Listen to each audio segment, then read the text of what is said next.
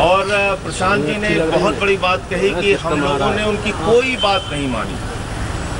जो 10 दिन से बातचीत चल रही थी वो बिल्कुल बेबुनियाद थी, उसमें कहीं कोई सच्चाई नहीं थी, वो हवा में चल रही थी और कोई भी बात मानी नहीं गई। अरे चिंता मत करो यार, इस प्रकार से वो बात अपनी रख रहे हैं। अच्छा इंक्रीमेंट मिलेगा इस कल भी मैंने कहा था और आज फिर कह रहा हूँ कि इस परिवार को बचाने के लिए हम लोगों ने भरसक कोशिश की, कई बार बातचीत की, दिन रात लगे रहे कि किसी तरीके से परिवार बच जाए। और कुछ बातें मैं आपको जो उन्होंने तय की वही बताना चाहूँगा, इसके अलावा कुछ नहीं बताऊँगा। उन्होंने कहा कि हमने इन 5 मुद्दों की बात की। उन 5 मुद्दों पे मैंने आपको बताया पीएसी जो कौशाम्बी में हुई उसमें कुछ मुद्दों पे फैसला ले लिया गया था, कुछ मुद्दों पे उनसे बातचीत चल रही थी। उन्होंने कहा पार्टी को आरटीआई के दायरे में आना चाहिए। हमने कहा आय व्यय और जो पार्टी के निर्णय है वो आरटीआई के अंदर आ जाए, कहीं कोई दिक्कत नहीं। उन्होंने कहा वॉलंटियर्स की भागीदारी निर्णय की प्रक्रिया में हो, उसके लिए हमने कहा कि हाँ वॉलंटियर्स की भागीदारी निर्णय की प्रक्रिया में होनी चाहिए। उन्होंने कहा चुनाव की स्वतंत्रता की बात, तो हमने कहा चुनाव के स्वतंत्र चुनाव लड़ने के बारे में उसकी एक समीक्षा करी जाएगी, एक स्ट्रेटेजी बनाई जाएगी, उस पर सहमति हो गई। जिस स्टिंग ऑपरेशन को योगेंद्र भाई ने फेसबुक पर लिख के उसकी आलोचना की थी उस समय मीडिया की, और ये कहा था कि अरविंद केजरीवाल को के स्टिंग को जिसमें कहीं कोई तथ्य नहीं है उसको बड़ा करके मीडिया दिखा रहा है, पार्टी को टारगेट कर रहा है। अब वो कह रहे हैं कि हॉर्स ट्रेडिंग से रिलेटेड स्टिंग है, उसकी जांच कराई जाए। उन्होंने कहा कि राज्यों को स्वतंत्रता होनी चाहिए निर्णय लेने की प्रक्रिया में, राज्यों को अधिकार दिए जाएं। जो अपना पत्र उन्होंने लिखा है 5 पॉइंट का, उस पत्र में वो लिखते हैं कि सेंट्रल लोकपाल को राज्यों में लोकायुक्त नियुक्त करने के लिए उनसे बातचीत करके राज्यों में लोकायुक्त नियुक्त किए जाए। तो राज्यों में लोकायुक्त कौन होगा, ये तो राज्य के पदाधिकारी तय करते हैं। फिर उन्होंने कहा सेक्रेट बैलेट के जरिए सारे फैसले लिए जाएं नेशनल एग्जीक्यूटिव में। अब मेरा सवाल ये है, कल भी मैंने इस बात को कहा था जिसको आज वो सिरे से इनकार कर गए, जब आप सेक्रेट बैलेट के जरिए फैसले लेने की बात करते हैं तो आपको इंतजार करना चाहिए था कि एनसी जब बैठती 28 तारीख को वो तय करती कि नेशनल एग्जीक्यूटिव में कौन लोग होंगे, नहीं होंगे। बाकायदा इसके बारे में कहा जाता है नहीं 11 लोग रखे जाएं, फिर 8 लोग रखे जाएं, फिर 10 लोग रखे जाएं, फिर 9 लोग रखे जाएं।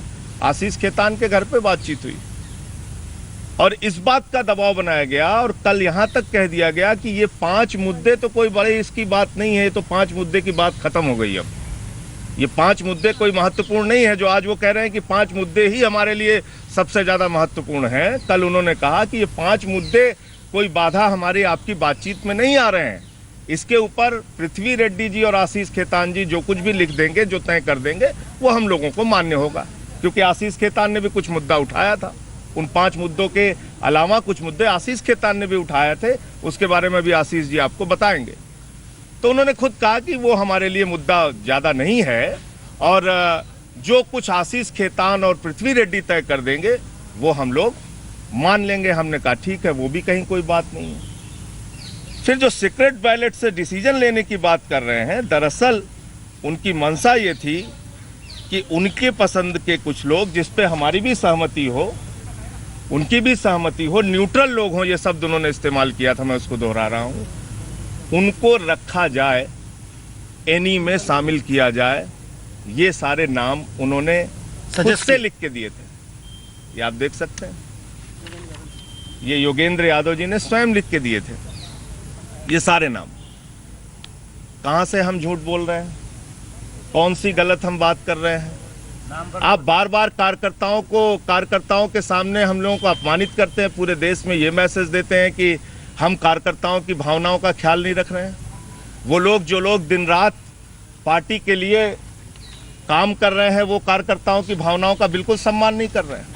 अरविंद केजरीवाल जो दिन रात, चाहे गर्मी हो, चाहे ठंडी हो, चाहे बरसात हो, लगातार पार्टी के लिए काम कर रहे हैं, वो कार्यकर्ताओं के लिए ख्याल नहीं रख रहे हैं। आशुतोष नहीं रख रहे हैं, आशीष नहीं रख रहे हैं, हम लोग काम नहीं कर रहे हैं। आपको कार्यकर्ताओं की भावनाओं का ख्याल है?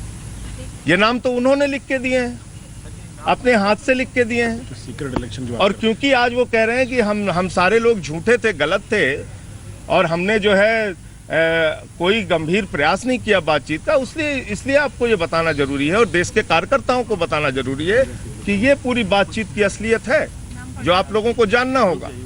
ये नाम है इसमें आदरणीय श्री पृथ्वी रेड्डी, विजय नायर, मीरा सान्याल, आतिशी मारलेना, गुल पनाग, दयामणि बारला, राहुल मेहरा, राघव चड्ढा, मारुति भापकर और किरण बिस्सा।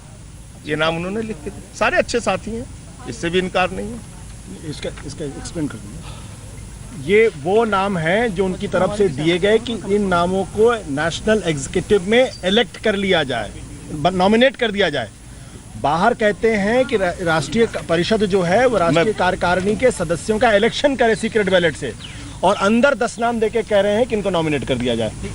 ये इनकी डेमोक्रेसी और ट्रांसपेरेंसी की परिभाषा है, इसलिए ये नाम आपके सामने हम रख रहे हैं और ये उनकी हैंडराइटिंग में है। और दूसरी बात, फिर इस पे इन नामों पे हम लोगों ने जाके बातचीत की, हमारी भी ओर से सहमति हो गई मोटे मोटे तौर पे। हाँ ठीक है, इनमें से 8 नाम 7 नाम हम लोग ले लेंगे। बातचीत हो गई, उसको रखा जाएगा। फिर ये तय हुआ कि पिछले दिनों जो हम लोगों ने गलतियां की हैं, कुछ गलतियां हम लोगों की ओर से हुई हैं, कुछ गलतियां उनकी ओर से हुई हैं। जो गलतियां की हैं, सार्वजनिक बयानबाजी की है, पार्टी के कार्यकर्ताओं को इससे ठेस पहुंची है। ये बात मैंने उनके सामने रखी, उन्होंने भी इस पे सहमति जताई, बोले ठीक है, सारी बात फाइनल हो गई है। आपको इसलिए बताना जरूरी है कि कल 4 बजे सब कुछ फाइनल हो गया था। किस कारण से गड़बड़ हुआ, इसका जवाब योगेंद्र भाई और आदरणीय प्रशांत जी को देना चाहिए। देश के कार्यकर्ताओं को गलत संदेश और देश की जनता को गलत जानकारी नहीं देनी चाहिए, ये मेरा निवेदन है उनसे। ये उन्होंने माफीनामा लिखा जिसपे हम दोनों लोगों को साइन करना था, उन लोगों को भी करना था, हम लोगों को भी करना था। आम आदमी पार्टी का राष्ट्रीय नेतृत्व पिछले 1 महीने की घटनाओं पर अपने कार्यकर्ताओं, समर्थकों, देश की जनता से माफी मांगती है। हमें खेद है कि दिल्ली की ऐतिहासिक विजय के बाद दिल्ली और देश में जो आशा बंधी थी, उससे इन गलतियों से धक्का लगा है। हमने सार्वजनिक मंचों से अपने ही साथियों पर बेबुनियाद आरोप लगाए, मर्यादा तोड़कर मीडिया से बात की, पार्टी के मंचों का आरोप प्रत्यारोप के लिए दुरुपयोग किया और अपनी वाणी और कर्म में संयम खोया। हमें अफसोस है कि हमारी इन गलतियों से पार्टी की छवि को नुकसान पहुंचा है और हमारे कार्यकर्ताओं और समर्थकों को शर्मिंदगी का सामना करना पड़ा है। हम सब यह विश्वास दिलाते हैं कि हम अपनी इन गलतियों से सीखेंगे और भविष्य में एक दूसरे पर सार्वजनिक आरोप प्रत्यारोप, असंयमित बयानबाजी और पार्टी के निर्णय से सार्वजनिक असहमति व्यक्त करने से परहेज करेंगे। ये भी योगेंद्र भाई ने लिखा, इस पे भी हम लोग तैयार हो गए। इट्स नॉट साइन, से हैंडराइटिंग है, वो मना नहीं करेंगे, इतना तो झूठ नहीं बोल पाएंगे।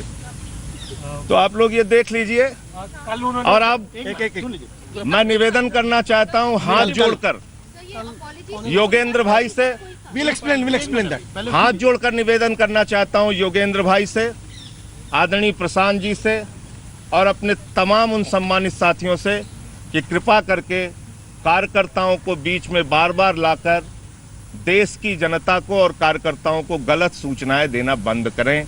हम लोग गंभीर प्रयास कर रहे थे कि ये परिवार बचे। आपने अंतिम समय तक बात की, माफीनामा लिखा, हम सब लोग उस पर तैयार हो गए, नाम दिए, उस पर भी हम तैयार हो गए, लेकिन बावजूद उसके आपने 6:15 बजे मुझे फ़ोन करके कहा अरविंद केजरीवाल और आप लोगों पर कोई भरोसा और यकीन नहीं है। हमारे साथियों को और खुद योगेंद्र भाई ने कहा कि मुझे भी भरोसा नहीं है। इसका मतलब 10 दिन से जो कवायद चल रही थी, जो प्रयास हम लोग कर रहे थे और ये जो हाथ से अपने उन्होंने ये माफीनामा लिखा, ये सब झूठा था, ये गलत था। हमें कोई एहसास नहीं था अपनी गलतियों का। हम जो बातचीत कर रहे थे उसमें हम कोई सुधार नहीं करना चाहते थे, कुछ नहीं करना चाहते थे। तो इसलिए आप सारे लोगों को ये सच मालूम होना जरूरी है, खास तौर से हमारे कार्यकर्ताओं को, कि जो बात कल से हम कह रहे हैं कि बाहर कुछ कहते हैं, अंदर कुछ कहते हैं, बाहर कुछ कहते हैं, अंदर कुछ कहते हैं, वही सच्चाई है।